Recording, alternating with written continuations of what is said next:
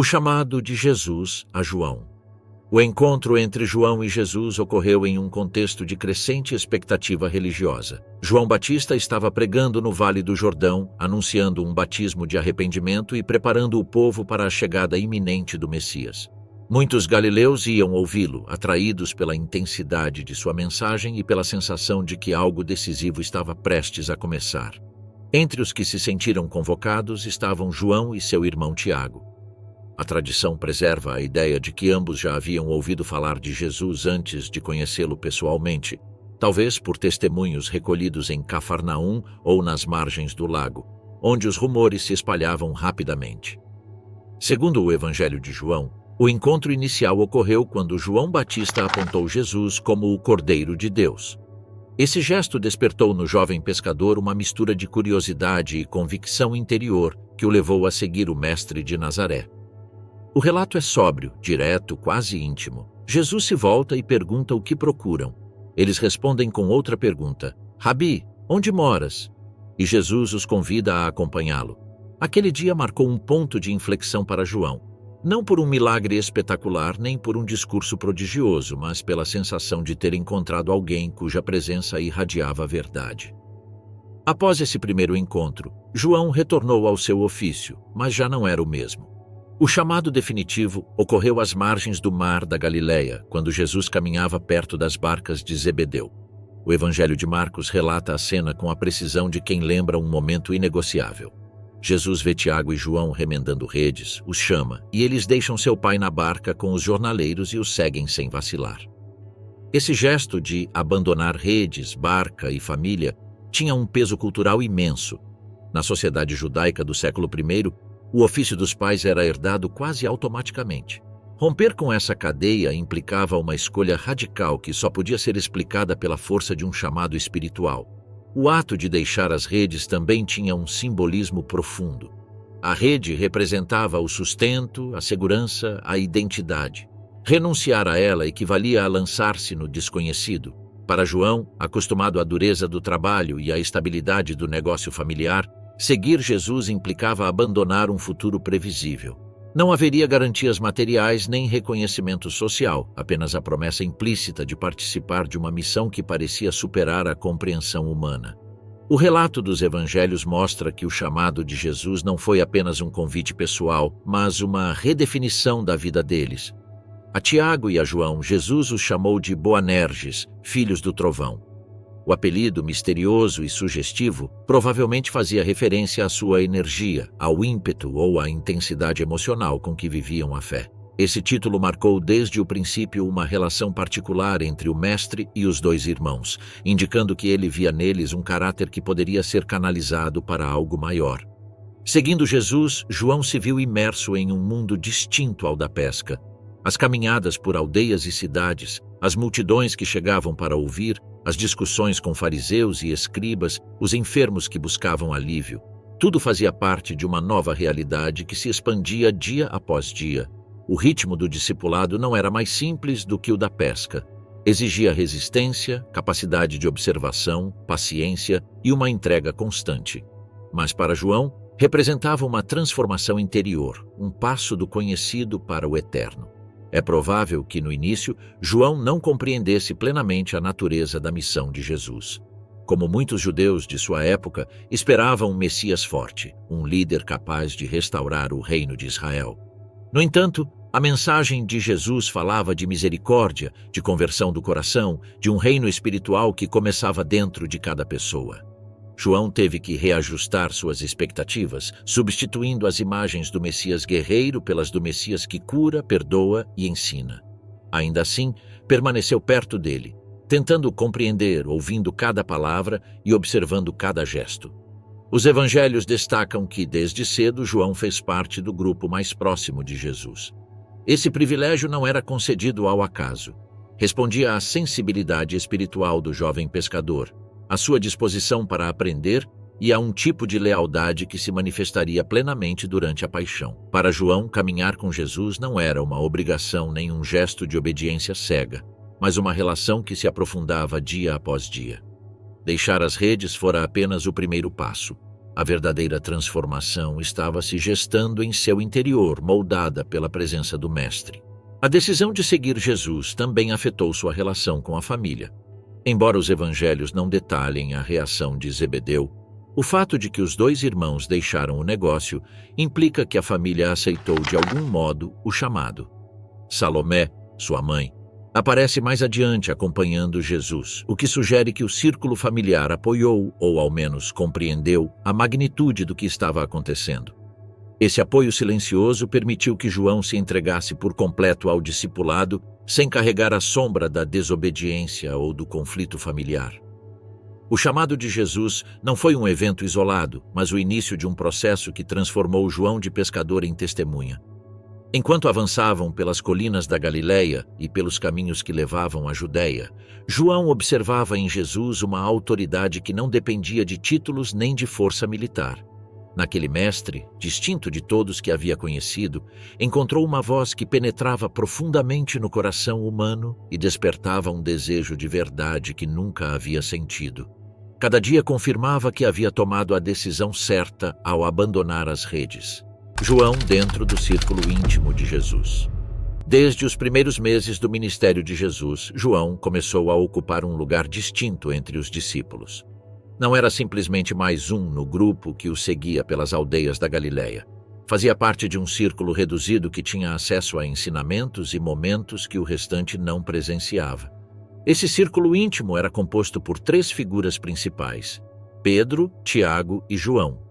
A tradição os considera testemunhas privilegiadas das cenas mais reveladoras da identidade de Jesus, um acesso que moldou profundamente a espiritualidade e o caráter do jovem pescador. A dinâmica entre eles era particular. Pedro, impulsivo e decidido, costumava falar em nome do grupo. Tiago, irmão mais velho de João, compartilhava seu temperamento fogoso e seu fervor espiritual. João, mais introspectivo, parecia observar com uma mistura de assombro e serenidade o que Jesus dizia e fazia, retendo suas palavras com uma profundidade que mais tarde se refletiria em sua escrita. Jesus não explicava abertamente por que os escolhia para certos momentos, mas sua seleção constante indica que buscava neles 3 qualidades que juntos poderiam compreender a totalidade de seu ensinamento: liderança, força interior e sensibilidade espiritual. Um dos episódios mais representativos desse círculo íntimo foi a ressurreição da filha de Jairo. Quando Jesus chegou à casa do chefe da sinagoga, permitiu entrar apenas Pedro, Tiago e João. Em um ambiente cheio de choro e confusão, esses 3 discípulos observaram em silêncio como Jesus tomou a mão da menina e a devolveu à vida. Esse tipo de experiência, vivida em um ambiente fechado e profundamente humano, consolidou em João a certeza de que seguia alguém cujo poder transcendia qualquer explicação natural. A proximidade física naquele quarto, o clima de compaixão que Jesus irradiava e o impacto do milagre ficaram gravados em sua memória para sempre. Outro momento crucial foi a transfiguração. No alto de um monte, também na companhia de Pedro e Tiago, João viu Jesus resplandecer com uma luz impossível de descrever. O relato preserva a sensação de deslumbramento. Seu rosto brilhava como o sol, suas vestes se tornaram brancas como a neve, e junto a ele apareceram Moisés e Elias conversando sobre o que estava por vir. Para João, que havia crescido ouvindo na sinagoga as histórias de ambos os profetas, aquela visão era uma confirmação poderosa de que Jesus se encontrava no centro mesmo da história de Israel. Não era apenas mais um mestre, nem um profeta entre outros, era a plenitude de todas as promessas antigas, e ele, um pescador galileu, estava ali para vê-lo. Esses episódios não apenas revelavam quem era Jesus, mas fortaleciam o vínculo pessoal entre ele e João. Em várias ocasiões, Jesus conversava com eles em privado, explicando parábolas ou antecipando sua paixão. O ensino íntimo tinha um tom diferente, menos público, menos voltado às multidões e mais centrado na formação espiritual do núcleo que sustentaria a comunidade após sua morte. João absorvia essas explicações com atenção especial, compreendendo que a verdadeira mensagem nem sempre estava na superfície das palavras. Também houve momentos que mostraram o caráter humano de João. Em um episódio narrado pelo Evangelho de Lucas, menciona-se que João proibiu um homem de expulsar demônios em nome de Jesus, porque ele não fazia parte do grupo. A resposta do mestre foi uma correção suave, mas profunda. Quem não é contra nós está a nosso favor. Essa troca revelou a tendência natural de João e Tiago de interpretar a missão de maneira excludente, um traço que Jesus moldou com paciência. A proximidade não implicava privilégio para dominar, mas responsabilidade para compreender a amplitude do reino. Outra cena que ilustra a intensidade dos irmãos ocorre quando, ao não serem recebidos em uma aldeia samaritana, perguntam se deveriam fazer descer fogo do céu para destruí-la. Aquela reação impetuosa, que evocava os profetas do Antigo Testamento, motivou outra correção de Jesus.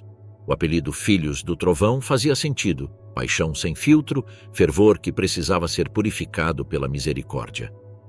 João aprendeu que a força espiritual devia estar a serviço do amor e não da punição. Apesar desses traços de juventude, Jesus viu em João uma pureza interior que o tornava especialmente apto para receber ensinamentos profundos. Os evangelhos apresentam um contraste implícito. Enquanto Pedro se encarregava da liderança e Tiago mostrava força, João desenvolvia uma relação caracterizada pela contemplação e fidelidade. Sua presença junto a Jesus não se explicava apenas por seu ímpeto juvenil, mas por um coração disposto a compreender o invisível por trás do visível. Na última etapa do ministério público, quando aumentavam as tensões com as autoridades religiosas, o círculo íntimo era convocado para diálogos que antecipavam a crise. João ouviu diretamente de Jesus a previsão de sua morte, o anúncio da traição e os ensinamentos sobre o serviço como essência da liderança. Esses diálogos privados reforçaram a visão espiritual de João e lhe deram ferramentas para sustentar a fé quando começassem os acontecimentos mais dolorosos. A proximidade de João com Jesus manifestava-se também na maneira como se movia dentro do grupo de discípulos. Era frequente vê-lo ao lado de Pedro, que o considerava um companheiro necessário nos momentos decisivos. Mais tarde, ambos seriam testemunhas do túmulo vazio e, posteriormente, trabalhariam juntos em Jerusalém como pilares da igreja nascente. O significado de ser o discípulo amado. O título de O Discípulo Amado é um dos elementos mais enigmáticos e debatidos da tradição cristã.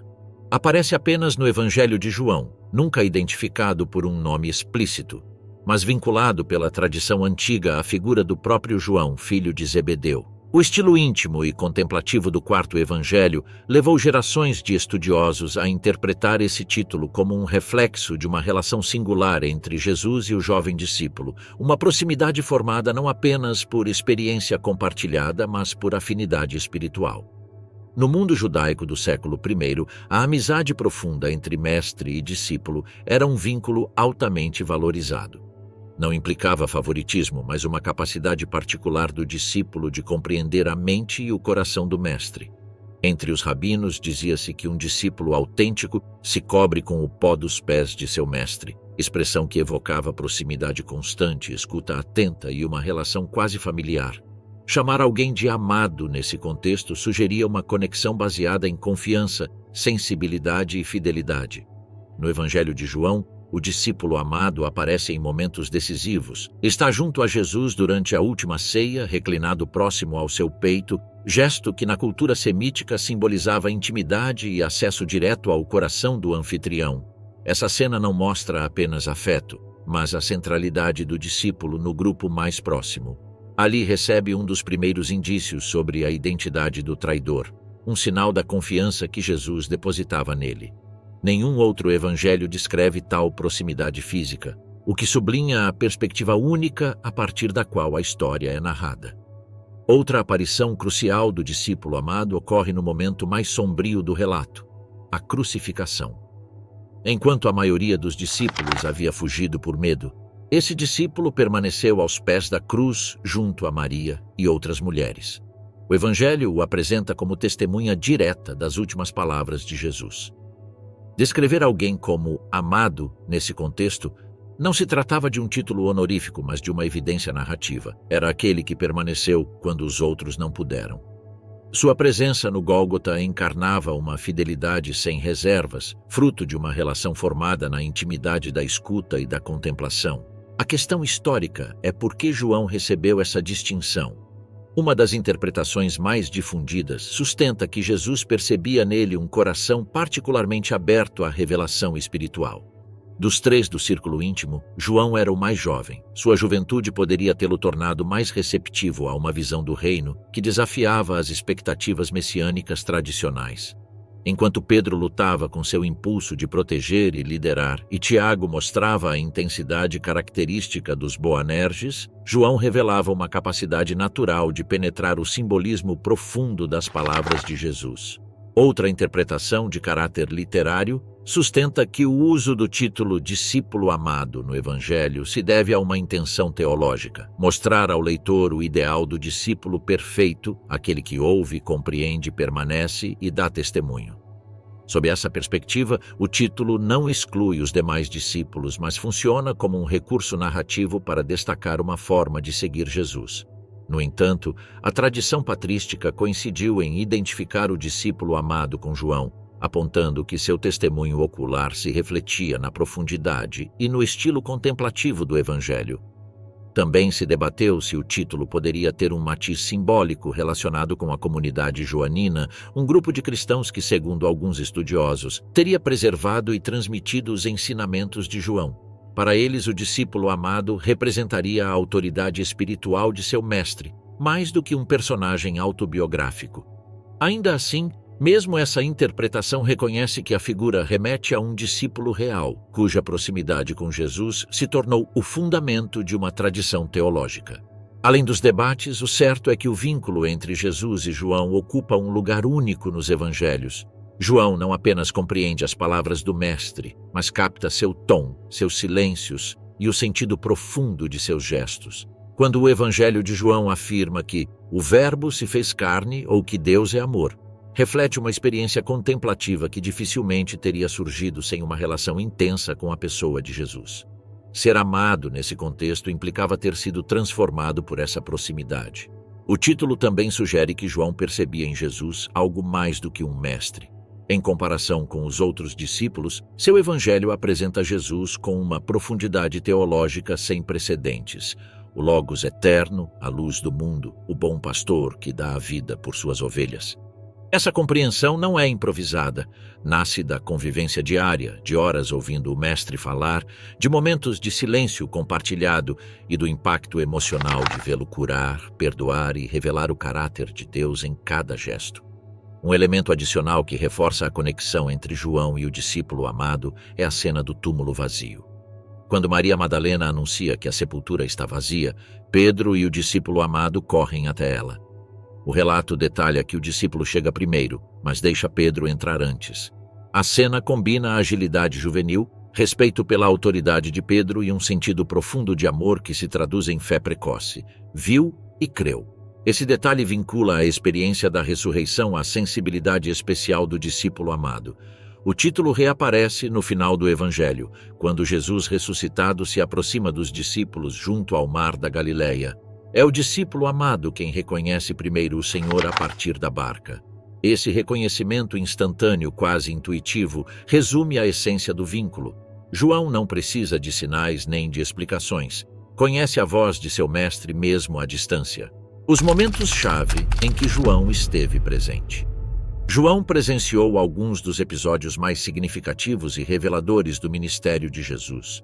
Sua presença constante em situações críticas, íntimas ou profundamente simbólicas, o tornou um dos testemunhos privilegiados da vida pública do Mestre. Esses momentos não apenas revelam a importância que Jesus atribuía à sua companhia, mas também a profundidade com que João interpretou os acontecimentos, deixando marcas que mais tarde influenciariam sua própria teologia e a memória cristã.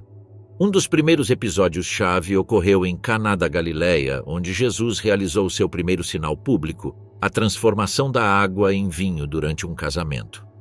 Embora os evangelhos não mencionem a lista de presentes, a tradição e o próprio estilo do quarto evangelho sugerem que João estava presente, pois a narrativa possui o tom de quem observa de perto um acontecimento extraordinário em um ambiente cotidiano. O milagre de Caná revelou um aspecto essencial do ministério de Jesus, sua capacidade de transformar a realidade em silêncio, sem ostentação, usando o ordinário para revelar o extraordinário. João captou esse simbolismo desde cedo, pois mais tarde lembraria esse sinal como o início da manifestação da glória do Mestre. O episódio que confirmou a proximidade de João dentro do círculo íntimo foi a ressurreição da filha de Jairo. Em momentos em que a presença de multidões poderia dificultar a compreensão profunda do milagre, Jesus permitiu que apenas Pedro, Tiago e João entrassem na sala onde a menina jazia morta. Aquela cena, carregada de tensão emocional, mostrou a João um aspecto íntimo da compaixão de Jesus. A ternura com que tomou a mão da menina e o poder silencioso que devolveu a vida onde havia apenas desespero. Esse tipo de vivência moldou a visão de João sobre a luz capaz de vencer as trevas, um conceito que mais tarde seria central em seus escritos. Outro momento decisivo foi a transfiguração. Pedro, Tiago e João acompanharam Jesus ao alto de um monte, onde o Mestre se revelou em uma glória que superava toda a compreensão humana. Para um jovem judeu como João, criado com histórias de Moisés no Sinai e de Elias no Horebe, ver esses dois profetas conversando com Jesus foi uma revelação que unia passado, presente e futuro em uma mesma cena. A voz que surgiu da nuvem dizendo: "Este é meu filho amado, escutem-no", selou no coração de João uma convicção profunda sobre a identidade divina de Jesus. Essa experiência não se repetiria em nenhum outro momento de sua vida, mas permaneceria como um ponto de referência espiritual que guiaria sua compreensão da natureza de Cristo. Além dos milagres e visões extraordinárias, João também esteve presente em momentos de ensino privado. Os evangelhos narram episódios em que Jesus levava à parte um pequeno grupo de discípulos para explicar parábolas ou antecipar acontecimentos futuros. Essas conversas costumavam estar carregadas de simbolismos que exigiam uma mente contemplativa. João, com sua sensibilidade espiritual, absorvia esses ensinamentos com uma profundidade particular. A intimidade desses momentos forjou nele uma percepção única sobre temas como luz, verdade, amor e vida eterna. Um dos episódios mais intensos ocorreu em Getsêmani, no jardim onde Jesus costumava se retirar para orar. Ali, na véspera da paixão, Jesus pediu a Pedro, Tiago e João que o acompanhassem mais de perto do que o restante dos discípulos. O mestre, profundamente angustiado pelo que estava prestes a acontecer, compartilhou com eles uma vulnerabilidade que raramente mostrava em público. Embora os três tenham adormecido em vários momentos, João presenciou a dor interior de Jesus, ouviu suas palavras de entrega e sentiu o peso espiritual do momento. Esse contato direto com o sofrimento de seu mestre marcaria de forma indelével sua memória e sua compreensão posterior do sacrifício. João também esteve presente em vários milagres nos quais se revelava a sensibilidade de Jesus para com o sofrimento humano. A multiplicação dos pães e peixes, por exemplo, foi um ato de compaixão massiva que João contemplou não apenas como um prodígio material, mas como um sinal espiritual. O pão que saciava a fome física prefigurava um alimento mais profundo que Jesus ofereceria ao mundo. De maneira semelhante, a tempestade acalmada mostrou a João o poder de Jesus sobre a criação e a serenidade com que enfrentava o caos. Cada uma dessas experiências foi formando nele uma convicção única sobre a identidade do Mestre. João também foi testemunha de episódios de confronto com os fariseus e autoridades religiosas. Esses encontros eram tensos e revelavam o conflito crescente entre Jesus e as instituições de seu tempo. Ver o Mestre defender a misericórdia sobre o legalismo e a verdade sobre a conveniência política influenciou a maneira como João entendia o reino de Deus. Com o passar do tempo, esses momentos contribuíram para sua firmeza diante da perseguição e para sua capacidade de sustentar a comunidade cristã em tempos difíceis. Um episódio que marcou a relação entre Jesus e João ocorreu quando os irmãos Boanerges pediram para se sentar um à direita e outro à esquerda em sua glória. Embora o pedido provavelmente tenha vindo da mãe deles, João ficou exposto como jovem ambicioso e ainda imaturo em sua compreensão do reino. Jesus os corrigiu com firmeza, ensinando que a grandeza espiritual se mede pelo serviço e não pelos honores. João aprendeu que a proximidade com Jesus implicava responsabilidade, humildade e disposição para entregar a vida pelos outros. Finalmente, um dos momentos mais emblemáticos na vida de João ocorreu durante a última ceia. Ali, reclinado próximo ao peito de Jesus, teve acesso a confidências que nenhum outro discípulo ouviu. Esse gesto de proximidade antecipava os acontecimentos dolorosos que se seguiriam e mostrava que João estava destinado a desempenhar um papel essencial nos momentos mais sombrios da paixão. A fuga dos discípulos e a coragem de João durante a paixão. A noite em que Jesus foi preso em Getsêmani marcou uma ruptura definitiva para o grupo de discípulos. Até então haviam enfrentado tensões, ameaças veladas e momentos de incerteza, mas nada comparável à irrupção violenta dos soldados e guardas enviados pelas autoridades religiosas. A escuridão do jardim, o som das armaduras e a traição silenciosa de Judas desencadearam um medo que atravessou todos. Em questão de segundos, o grupo que havia caminhado unido durante anos se dispersou, cada um tentando salvar a vida diante da possibilidade de ser preso junto ao Mestre. Os evangelhos descrevem esse momento com uma honestidade crua. Então todos os discípulos o abandonaram e fugiram. A frase resume o pânico coletivo que se apoderou deles. Pedro, que horas antes havia proclamado sua fidelidade absoluta, recuou. Os demais escaparam entre os olivais, confusos e aterrorizados. A prisão de Jesus não era apenas um golpe emocional, mas uma ameaça política. Ser associado a um detido acusado de desafiar a autoridade do templo podia significar a morte. A decisão de fugir era humana, compreensível para qualquer discípulo preso naquela cena noturna. No entanto, entre esse caos, João tomou um caminho distinto. Embora também sentisse medo, decidiu seguir Jesus à distância. O Evangelho de João oferece um detalhe revelador. Ele tinha alguma relação prévia com o sumo sacerdote, o que lhe permitiu acessar o pátio onde ocorria o julgamento religioso. Embora ainda seja um mistério a natureza exata dessa relação, sua existência abriu uma porta crucial. Enquanto Pedro permanecia fora, tremendo junto ao fogo e tentando passar despercebido, João entrou no recinto onde Jesus enfrentava interrogatórios tensos, acusações e golpes. Sua presença naquele pátio marca uma ruptura com a fuga inicial dos demais. Não estava ali para intervir, mas para acompanhar silenciosamente Jesus nas primeiras horas de sua paixão. A cena é particularmente significativa porque revela a coragem interna de João. Um jovem pescador movendo-se entre autoridades, guardas e acusações com a serenidade de quem se recusa a abandonar o mestre, mesmo sem poder fazer nada para defendê-lo. Durante o julgamento religioso, Jesus foi questionado sobre seus ensinamentos e seus discípulos. Nesse momento, João compreendeu que sua proximidade a Jesus já não era um privilégio espiritual, mas um risco real. Ser identificado como seguidor podia torná-lo alvo imediato de prisão. Mesmo assim, permaneceu ali, observando em silêncio a dignidade de Jesus diante dos golpes e das falsas acusações. Essa presença não é um gesto menor. No contraste entre Pedro, que negou 3 vezes o mestre por medo, e João, que permaneceu próximo mesmo em perigo, revela-se a diferença emocional entre ambos os discípulos. Quando Jesus foi levado a Pilatos ao amanhecer, a multidão já começava a se reunir. O ambiente tornou-se mais hostil, mais imprevisível. Nesse contexto, João continuou observando à distância, vigilante a cada movimento do processo que levaria o mestre à crucificação. Os evangelhos não descrevem suas emoções, mas a tradição cristã sempre viu nesse silêncio um testemunho profundo. João sofreu a paixão não fugindo, mas estando perto. A coragem de João tornou-se ainda mais evidente quando Jesus foi conduzido ao Gólgota. Enquanto a maioria dos discípulos permanecia escondida por medo, João tomou a decisão de se apresentar publicamente junto às mulheres que choravam aos pés da cruz. Ser visto ali significava se expor às autoridades, aos soldados e à multidão hostil. No entanto, João escolheu a fidelidade acima da segurança pessoal.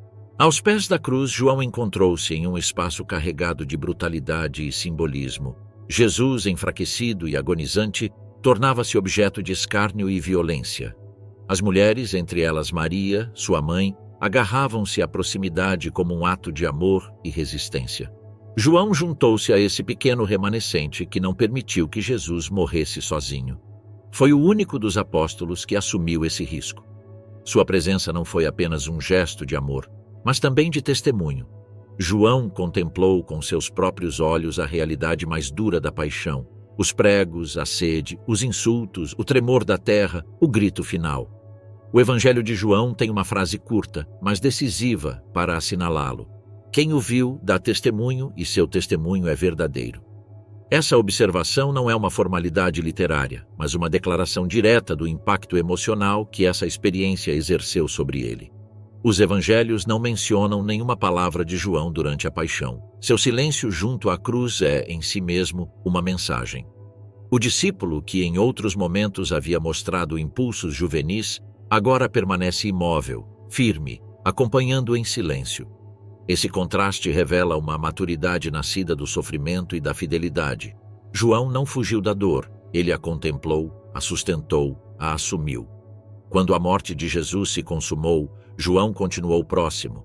Presenciou como um soldado perfurou o lado do crucificado e como sangue e água jorraram do corpo inerte. Esse detalhe, quase clínico, é narrado com precisão em seu evangelho, provavelmente porque o viu com seus próprios olhos. Para João, esse sinal tinha um significado espiritual profundo, mas antes de ser símbolo, foi um fato físico, doloroso e real. A presença de João aos pés da cruz. A cena do Gólgota foi marcada pelo som do martelo, pelos gritos da multidão e pela resignação dolorosa daqueles que acompanhavam Jesus. Entre todos os que presenciaram a crucificação, João ocupou um lugar singular. Era o único dos 12 que permanecia ali, exposto aos soldados, claramente identificado como discípulo. Sua decisão de estar aos pés da cruz em um momento em que a maioria havia fugido ou se mantinha oculta, revelou uma força interior que contradizia a juventude que ainda possuía. A crucificação era o espetáculo mais brutal que Roma oferecia para subjugar os povos conquistados. Não buscava apenas executar, mas humilhar, aterrorizar, quebrar psicologicamente. Presenciá-la tão de perto implicava ver a agonia sem filtros, a respiração entrecortada do condenado, a tensão dos músculos que tentavam sustentar o corpo, o sangue que descia lentamente, o suor misturado à poeira e o silêncio alternando com gritos de dor. João situou-se nesse cenário de sofrimento extremo, não como espectador, mas como discípulo que se recusava a abandonar seu mestre em sua hora mais sombria. Junto a ele estavam Maria, mãe de Jesus, Maria Madalena, Maria de Cleofas, e outras mulheres que haviam seguido Jesus desde a Galileia. A tradição destaca que as mulheres não fugiram, revelando um contraste com os discípulos homens. João, ao se unir a elas, tornou-se parte desse pequeno círculo que resistia à pressão social e ao medo das autoridades. Sua presença era um ato de lealdade que o colocava em uma posição vulnerável. Qualquer guarda poderia suspeitar dele, qualquer membro do sinédrio poderia reconhecê-lo como discípulo do acusado. Mas João escolheu permanecer. A proximidade física de João à cruz tem dimensões simbólicas e emocionais profundas. Um dos detalhes mais reveladores do quarto evangelho descreve Jesus olhando para baixo desde a cruz e encontrando sua mãe e o discípulo amado. Não eram espectadores distantes, estavam suficientemente próximos para ouvir palavras entrecortadas, para distinguir cada gesto, para perceber o sofrimento do mestre não como um conceito teológico, mas como uma realidade dilacerante. A tradição cristã viu nessa cena o momento em que João passou do papel de discípulo ao de testemunha fiel. Ele não contemplou a morte de Jesus como um fato distante, mas como um acontecimento que marcava sua própria identidade. A permanência de João aos pés da cruz não era movida pela esperança de um milagre final, mas por um compromisso silencioso, a convicção de que deveria acompanhar Jesus mesmo quando o reino que ele havia anunciado parecia desmoronar diante de todos. A dor que João presenciou em Jesus foi de uma intensidade incomparável.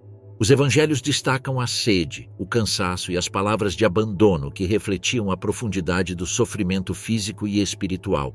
João ouviu essas palavras diretamente, sem intermediários. Também viu como os soldados repartiam as vestes de Jesus, um ato que representava a última humilhação para um condenado à morte.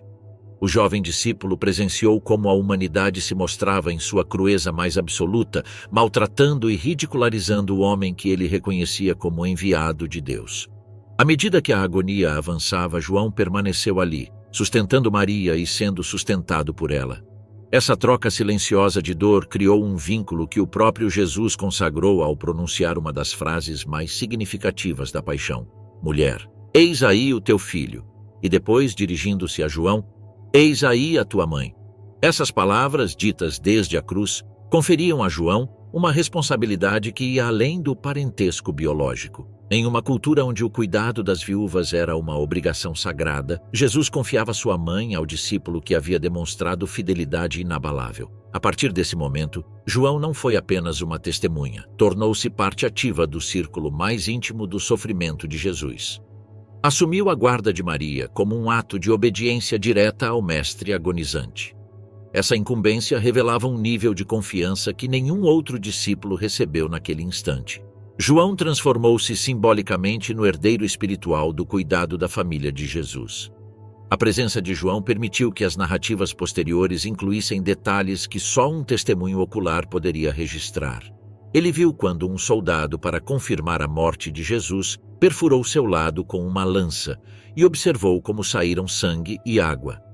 Esse detalhe, narrado apenas em seu evangelho, sugere a precisão da lembrança de alguém que esteve presente no momento exato. Para João, esse sinal não foi apenas a constatação da morte, mas uma revelação que mais tarde adquiriria um significado espiritual profundo. A incumbência de Jesus, cuidar de Maria. O momento em que Jesus entregou o cuidado de sua mãe a João encontra-se entre as cenas mais íntimas e reveladoras do Evangelho. Não foi um ato cerimonial nem uma instrução formal, mas um gesto pronunciado em meio à agonia, com a respiração entrecortada e o peso do corpo pendendo da cruz. Nessa faixa de dor extrema, Jesus dirigiu-se à sua mãe e ao discípulo amado, para selar uma relação nova que teria um impacto decisivo na vida de João e na memória cristã. A frase breve e simples ressoou com intensidade: Mulher, eis aí o teu filho, eis aí a tua mãe. Com essas palavras, Jesus estabelecia um laço familiar entre duas pessoas que não compartilhavam sangue, mas que compartilhavam a fé e a experiência da dor. Para o judaísmo do século I, a responsabilidade filial era um dever sagrado. Um filho devia assegurar o bem-estar de sua mãe, especialmente se ela fosse viúva.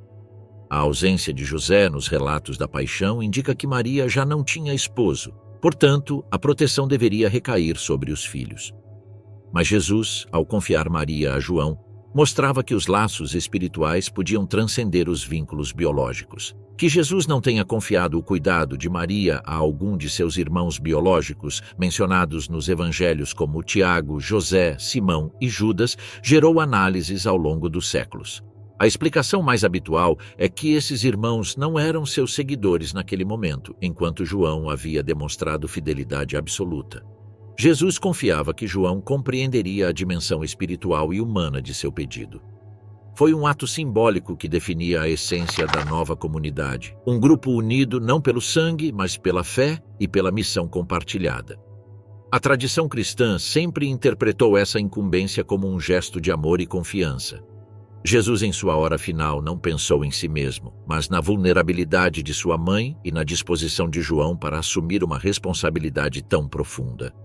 A dor que Maria experimentava diante do sofrimento de seu filho era imensa.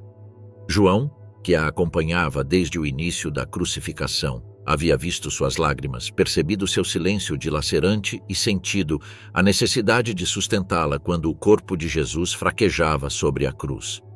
A ordem de Jesus formalizou esse vínculo emocional e elevou a missão de João a um nível espiritual. O Evangelho indica que, desde aquela hora, o discípulo a recebeu em sua casa.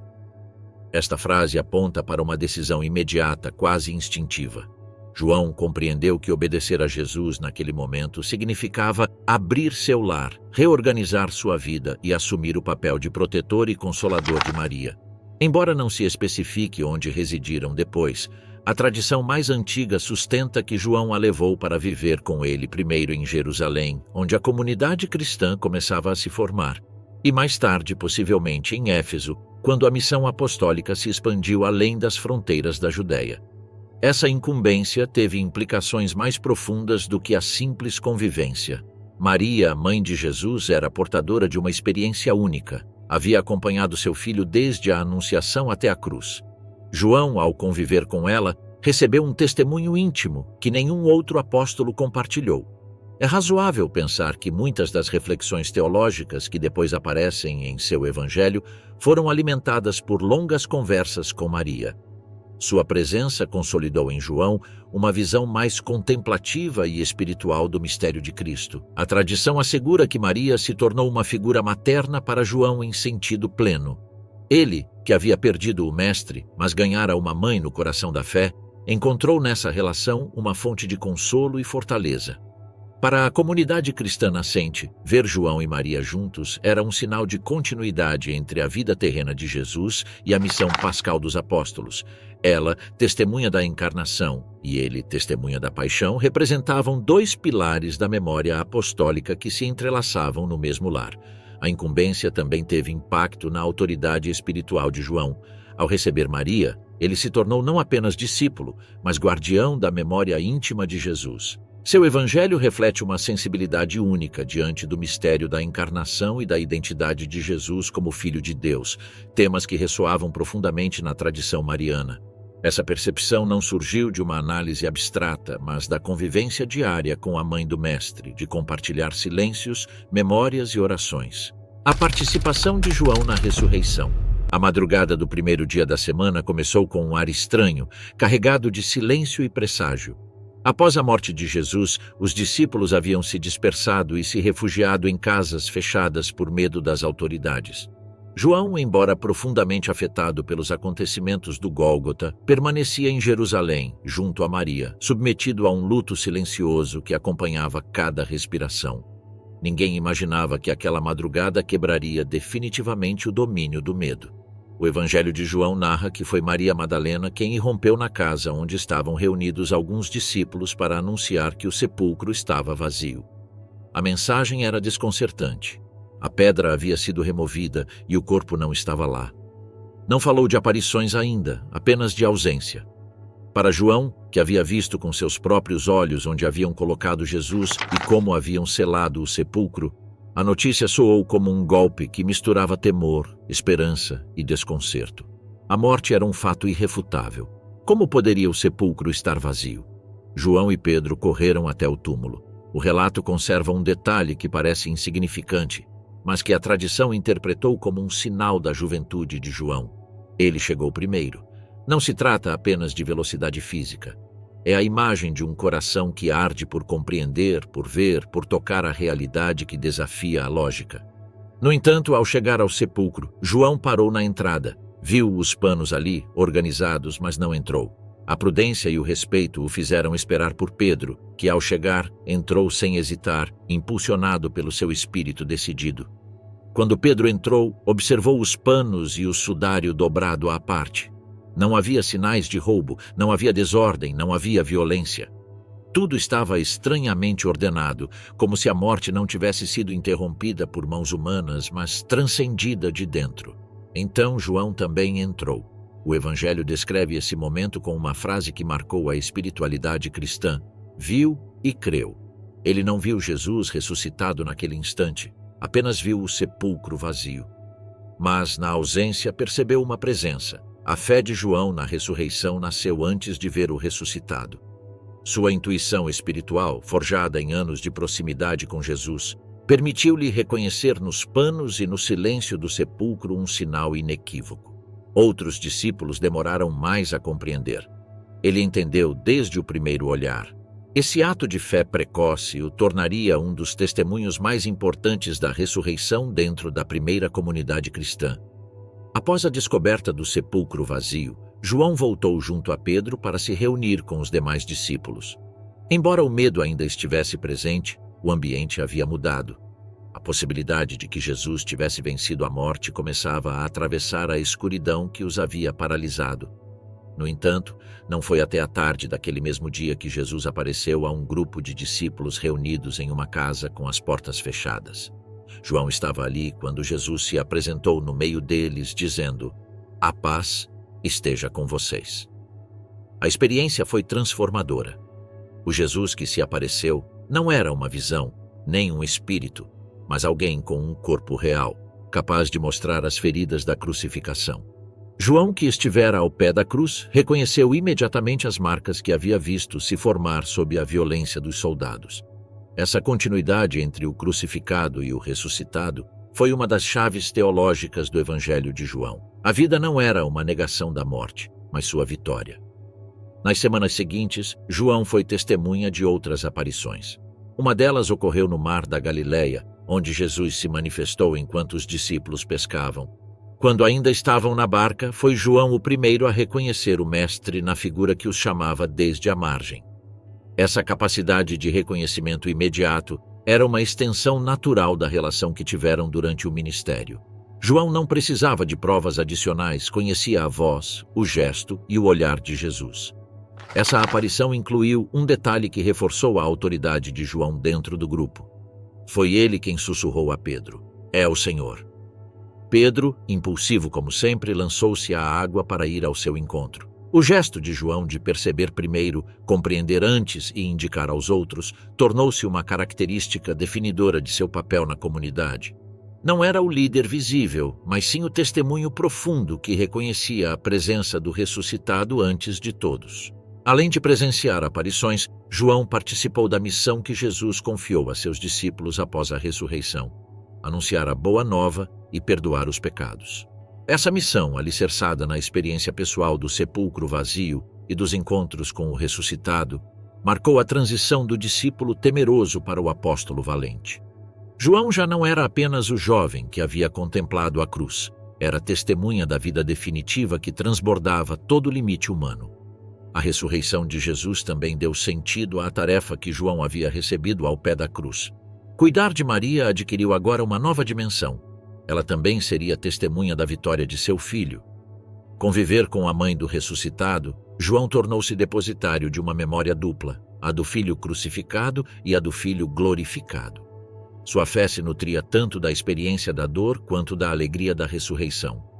A partir da ressurreição, João começou a ocupar um lugar-chave na comunidade cristã primitiva. Seu testemunho ocular, sua fé precoce e sua capacidade de discernimento lhe conferiram uma autoridade espiritual reconhecida por todos.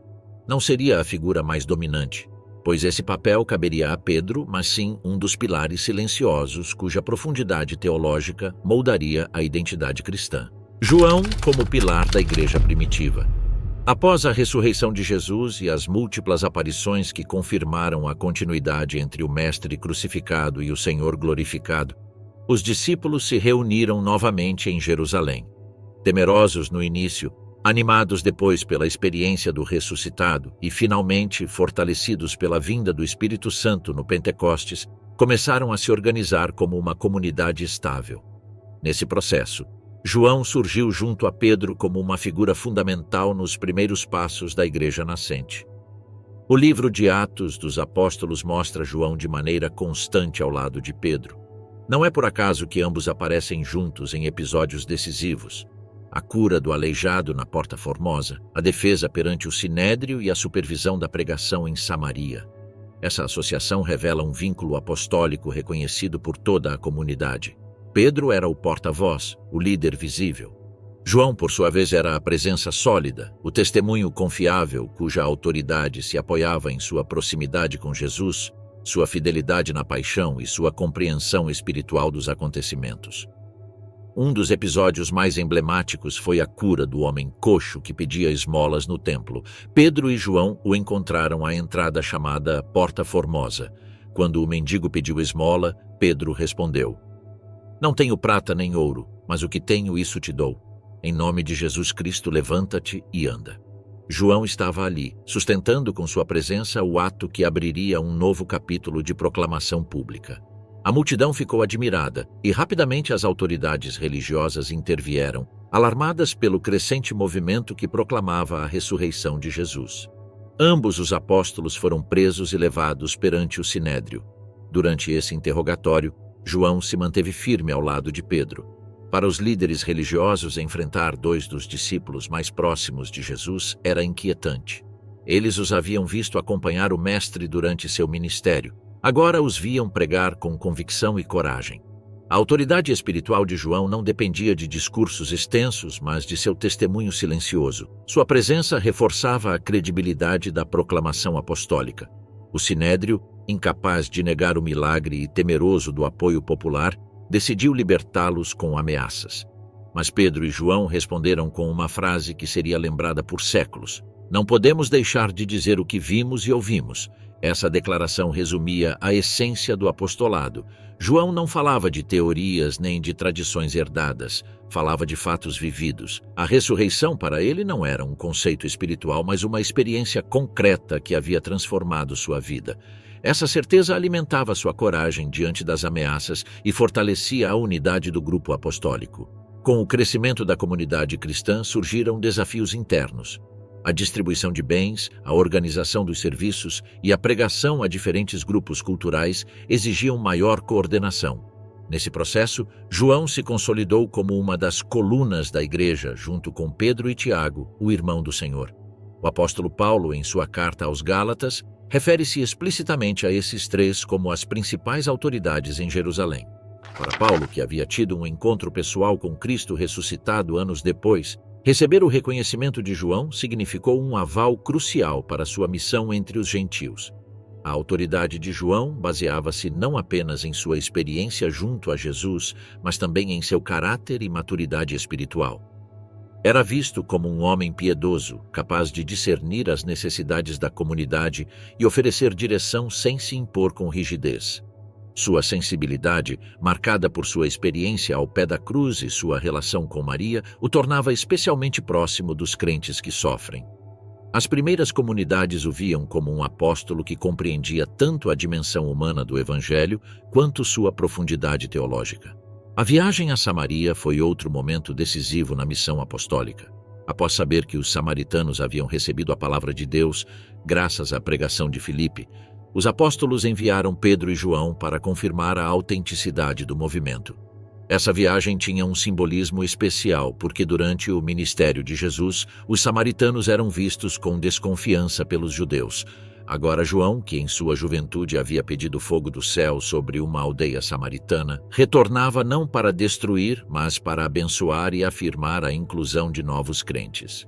Essa mudança profunda fala de uma transformação espiritual forjada por anos de seguimento fiel ao Evangelho. Além de sua participação em Jerusalém e Samaria, João foi testemunha do crescimento da comunidade em um ambiente hostil. As perseguições começaram a aumentar, especialmente após o martírio de Estevão. Muitos discípulos fugiram para outras regiões, levando consigo a fé nascente. João, porém, permaneceu em Jerusalém por algum tempo, sustentando os crentes que não podiam emigrar e fortalecendo a unidade entre os apóstolos. A obra escrita atribuída a João. A figura de João não só se consolidou como um dos pilares da igreja primitiva, mas também como uma voz literária decisiva. Com o passar do tempo, a tradição cristã atribuiu ao seu nome um conjunto de escritos que, por seu estilo, profundidade teológica e unidade de visão, marcaram o pensamento cristão durante séculos. O Evangelho de João, 3 cartas e o Apocalipse. Embora a autoria exata de cada um tenha sido objeto de debates acadêmicos, a identidade espiritual que os atravessa aponta para uma origem comum na escola joanina, formada em torno do discípulo amado e de sua memória viva do Mestre. O Evangelho de João é o mais singular dos 4 evangelhos. Não segue a estrutura cronológica detalhada de Marcos, nem a visão sintética de Mateus e Lucas. Em seu lugar, apresenta um relato mais contemplativo, centrado em revelar a identidade profunda de Jesus. Desde o início, percebe-se que a intenção não é narrar apenas fatos, mas interpretar o mistério eterno que se manifesta na vida do Filho de Deus. Essa visão teológica, tão elevada e ao mesmo tempo tão íntima, reflete a sensibilidade de um discípulo que conviveu com Jesus não apenas nos acontecimentos externos, mas na compreensão interior de sua mensagem. O Evangelho de João se destaca pelo uso de longos discursos, símbolos e metáforas. Jesus se apresenta como luz, água viva, pão do céu, bom pastor e videira verdadeira. Esses títulos não são adornos literários, são chaves espirituais que revelam a natureza do Messias de uma forma que os outros evangelhos apenas insinuam. O estilo joanino mostra um profundo conhecimento do pensamento judaico e, ao mesmo tempo, uma abertura ao diálogo com o mundo helenístico. Esse equilíbrio é precisamente o que caracteriza um testemunho formado na Galileia, mas maduro em um ambiente multicultural como Éfeso, onde se acredita que João passou seus últimos anos. Uma das características mais notáveis do quarto evangelho é a insistência no amor como núcleo da vida cristã. O episódio da lavagem dos pés, por exemplo, é narrado detalhadamente apenas por João. Esse gesto, que revela a essência do serviço cristão, está acompanhado por um mandamento novo: amem-se uns aos outros como eu os amei. A intensidade emocional e espiritual dessa cena reflete a memória de alguém que esteve presente, que ouviu essas palavras de perto, na proximidade física que João próprio teve durante a última ceia. A relação entre o Evangelho e o discípulo amado também gerou numerosas interpretações. O próprio texto insinua que seu autor foi testemunha ocular dos acontecimentos, especialmente da paixão e da ressurreição. A precisão com que descreve a crucificação, o lance do lado e o reconhecimento de Jesus ressuscitado reforça a impressão de que o autor fez parte desses eventos. Embora alguns estudiosos modernos proponham a intervenção de discípulos ou redatores posteriores, a tradição antiga manteve firmemente a autoria de João ou de uma comunidade que preservou fielmente seu testemunho. As 3 cartas atribuídas a João refletem o mesmo estilo literário do Evangelho, embora com um tom mais pastoral. A primeira carta é um chamado veemente a viver na verdade e no amor. Reitera repetidamente que Deus é amor, uma afirmação que condensa a experiência teológica de João com uma profundidade que nenhum outro autor do Novo Testamento expressa de forma tão direta. Essa carta também responde a tensões internas nas comunidades cristãs, defendendo a encarnação real de Cristo frente às correntes que a negavam.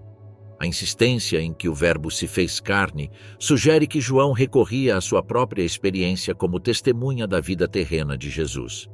A segunda e a terceira cartas são mais breves e pessoais. Oferecem indícios de uma rede de pequenas comunidades que mantinham contato por meio de mensageiros itinerantes. O ênfase continua o mesmo: a fidelidade ao ensinamento original, o amor fraternal e a necessidade de viver na verdade. João aparece aqui como um ancião respeitado, alguém cuja autoridade não deriva do cargo, mas da coerência entre sua vida, seu testemunho e seu ensino. O Apocalipse, por sua vez, apresenta um estilo muito distinto. É um livro profético e simbólico que descreve visões de julgamento, esperança e consumação final. Embora alguns estudiosos considerem que foi escrito por um João diferente, a tradição o associou cedo ao apóstolo devido à sua autoridade e à sua relação com Éfeso. As visões do Apocalipse, cheias de imagens vívidas como o Cordeiro imolado, a Nova Jerusalém e a batalha final contra o mal, não devem ser lidas como um relato literal do futuro, mas como consolo e exortação para comunidades perseguidas sob o Império Romano. João, em Éfeso, e seu ensino final. Com o passar dos anos, a missão de João se estendeu além de Jerusalém. A tradição mais sólida, registrada por autores como Irineu, Polícrates de Éfeso e Eusébio de Cesareia, indica que João se mudou finalmente para a Ásia Menor, estabelecendo-se na cidade de Éfeso.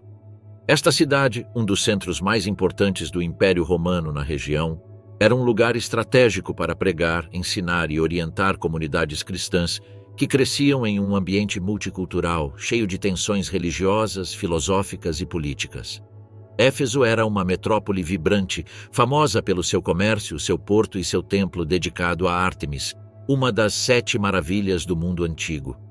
Ali convergiam judeus da diáspora, gregos, romanos, comerciantes do Oriente e peregrinos de todos os lugares. Viver e ensinar em um local assim exigia sensibilidade, firmeza doutrinária e profundo entendimento da diversidade humana. João, com sua experiência de vida junto a Jesus e sua maturidade espiritual, tornou-se a figura ideal para sustentar e orientar as comunidades cristãs locais. A tradição sustenta que João assumiu um papel pastoral de grande influência. Ele não era apenas um mestre, era um ancião sábio, um pai espiritual cuja autoridade emanava de seu testemunho direto do Senhor. Os cristãos da Ásia Menor o buscavam para ouvir seus ensinamentos, receber conselhos e resolver disputas doutrinárias. Sua presença lhes lembrava que a fé que professavam não vinha de ideias abstratas, mas da vida e das palavras do Mestre que ele conhecera intimamente. Um dos aspectos mais marcantes do ensino final de João foi sua insistência no amor como fundamento da vida cristã. Enquanto outros apóstolos destacavam aspectos como a missão, a doutrina ou a organização comunitária, João concentrou sua mensagem em uma única convicção: sem amor, a fé perde sua essência. Escritos antigos da igreja relatam que, quando já era idoso e mal podia falar, seus discípulos o levavam nos braços diante da comunidade. Ali, ele repetia uma frase simples: filhinhos, amem-se uns aos outros. Quando perguntavam por que sempre insistia no mesmo, ele respondia: porque é o mandamento do Senhor e se o cumprirem, basta. Essa insistência não surgia de um sentimentalismo vazio, mas da memória viva de Jesus. João havia visto o Mestre lavar os pés de seus discípulos, abraçar os marginalizados, perdoar os inimigos e entregar sua vida sem resistência. Ele ouvira a afirmação radical: nisto conhecerão que sois meus discípulos, se vos amardes uns aos outros. Em sua velhice, João compreendia que a sobrevivência da igreja em um mundo hostil dependia mais da coerência do amor do que de qualquer estrutura. João também enfrentou desafios teológicos em Éfeso. Diversos grupos começaram a distorcer a figura de Jesus, negando sua humanidade ou reinterpretando sua mensagem. Um dos problemas mais sérios foi o docetismo, uma corrente que afirmava que Jesus apenas parecia ter um corpo humano, mas na realidade não o possuía. Para João, que havia visto, tocado e acompanhado Jesus ao longo de sua vida, esse ensinamento era intolerável. Sua primeira carta começa com uma declaração contundente: o que ouvimos, o que vimos com nossos olhos, o que contemplamos e tocaram nossas mãos, isso vos anunciamos. Sua insistência na encarnação tornou-se um pilar doutrinário essencial. Éfeso tornou-se um centro de formação para novos líderes cristãos. Entre as gerações posteriores destacou-se Policarpo de Esmirna, que afirmava ter sido discípulo do apóstolo João. Através de figuras como ele, o ensinamento joânico foi transmitido por décadas, fortalecendo a igreja diante de crises internas e perseguições externas. A tradição também sustenta que foi em Éfeso que João redigiu ou ditou seu evangelho. A obra reflete a maturidade espiritual de alguém que dedicou sua vida a meditar sobre as palavras e gestos de Jesus. Não é um relato impulsivo nem meramente biográfico, é a síntese de uma reflexão profunda, elaborada na etapa final de sua vida. Por isso a teologia joânica exalta temas como luz, verdade, amor e vida eterna com uma clareza que só pode provir da contemplação prolongada. Em Éfeso, João desenvolveu uma relação estreita com as comunidades locais que enfrentavam pressões do ambiente pagão e, em alguns casos, perseguições esporádicas do império. A mensagem de João oferecia consolo e firmeza: a luz brilha nas trevas e as trevas não podem apagá-la. Essa convicção animava a igreja a perseverar, lembrando que a vitória de Cristo já havia se manifestado na ressurreição. O exílio na ilha de Patmos. O exílio de João na ilha de Patmos é um dos episódios mais significativos e misteriosos de sua vida. A tradição cristã, registrada já no século II por autores como Irineu e mais tarde confirmada por historiadores como Eusébio, sustenta que João foi desterrado para lá durante uma perseguição romana.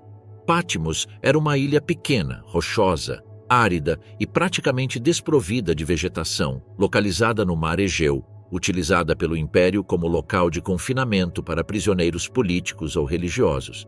Não se tratava de uma prisão física, mas de um isolamento forçado, onde o exilado ficava apartado do mundo, sem liberdade para retornar e com recursos mínimos para sobreviver. O contexto histórico mais provável do exílio de João aponta para o reinado de Domiciano, imperador romano entre os anos 81 e 96 d.C.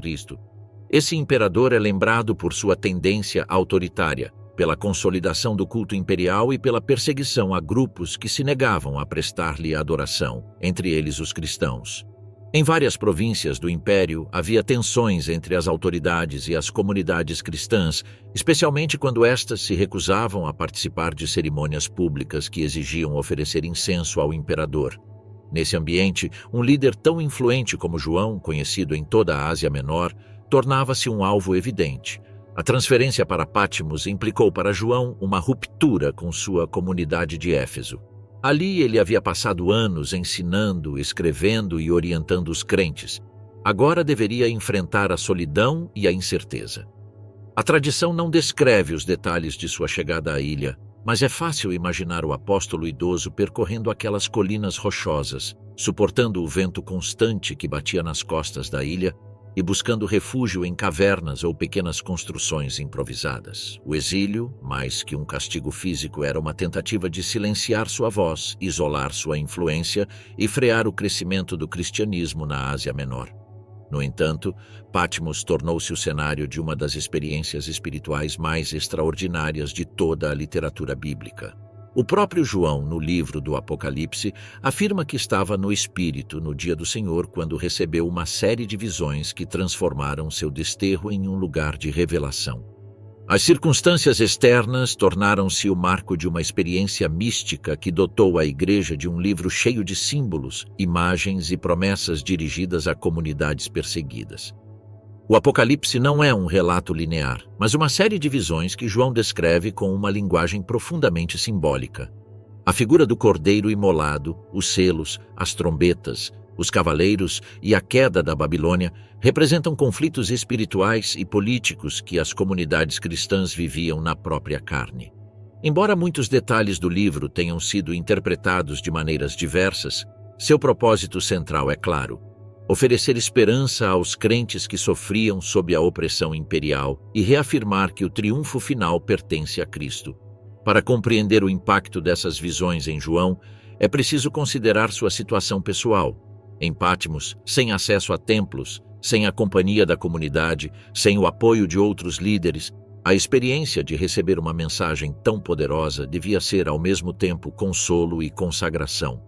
O ancião que estivera aos pés da cruz, que tinha visto o sepulcro vazio, que convivera com Maria e que havia guiado a igreja em Éfeso, agora encontrava na revelação a confirmação de sua missão: proclamar a fidelidade de Deus mesmo em meio à perseguição. Um dos aspectos mais notáveis do Apocalipse é sua conexão com as comunidades da Ásia Menor. As 7 cartas dirigidas a Éfeso, Esmirna, Pérgamo, Tiatira, Sardes, Filadélfia e Laodiceia refletem o conhecimento profundo que João tinha da situação particular de cada uma. Ele não escreve a partir da distância indiferente do exilado, mas a partir do coração pastoral que conhece suas dificuldades, tentações e lutas. Mesmo em Patmos, João continuou sendo pastor. Seus avisos, elogios e exortações demonstram que sua preocupação com as igrejas não se interrompeu com o desterro. A tradição sustenta que o exílio de João não foi prolongado. Após a morte de Domiciano, no ano 96 d.C., seu sucessor, Nerva, adotou uma política mais tolerante em relação aos perseguidos e permitiu o retorno de muitos exilados. Acredita-se que João tenha voltado então a Éfeso, trazendo consigo as visões que recebera. O retorno do apóstolo deve ter sido um acontecimento comovente para a comunidade. Um ancião que resistira ao peso do império e que retornava com uma mensagem de esperança para uma igreja que crescia em meio a tensões internas e externas. A morte de João, o único apóstolo que morreu em paz. A tradição cristã sustenta que João, o discípulo amado, foi o único dos 12 que não morreu mártir. Ao contrário de Pedro, André, Tiago, Filipe e os demais apóstolos, cujo testemunho os levou a morrer sob perseguições ou execuções, João chegou a uma idade avançada e morreu em paz, encerrando seus dias como um ancião venerado na comunidade de Éfeso. Sua morte foi o último capítulo de uma vida marcada pela fidelidade, contemplação e serviço silencioso, traços que o distinguem na história do cristianismo. As fontes mais antigas, particularmente Irineu de Lyon e Polícrates de Éfeso, coincidem que João viveu até os tempos do imperador Trajano, ou seja, até o início do século II. Se, como afirma a tradição, João havia sido um discípulo jovem quando seguiu Jesus, sua longevidade teria feito com que ele ultrapassasse os 80 ou 90 anos de idade, um número excepcional para a sua época. Essa longa vida permitiu que as gerações posteriores o considerassem o último vínculo vivo com o Jesus histórico. Os relatos sobre sua velhice apresentam-no como uma figura de autoridade moral e espiritual profundamente respeitada. Em Éfeso, onde passou seus últimos anos, a comunidade recorria a ele não apenas para ouvir seus ensinamentos, mas também para receber consolo, orientação e correção. João tornou-se uma presença quase simbólica, um ponto de unidade para as igrejas da Ásia Menor. Embora sua voz já não tivesse a força da juventude, sua simples presença recordava a proximidade física com Jesus, a experiência da cruz, a descoberta do túmulo vazio e a revelação em Patmos. Existem relatos da época que descrevem como, em seus últimos anos, já muito fraco, os discípulos o levavam nos braços às reuniões comunitárias. Ali, com dificuldade, pronunciava sempre a mesma exortação: filhinhos, amem-se uns aos outros. Alguns membros da comunidade, intrigados com sua insistência, perguntavam-lhe por que repetia essa frase continuamente. João respondia com simplicidade: porque é o mandamento do Senhor, e se o cumprirem, basta.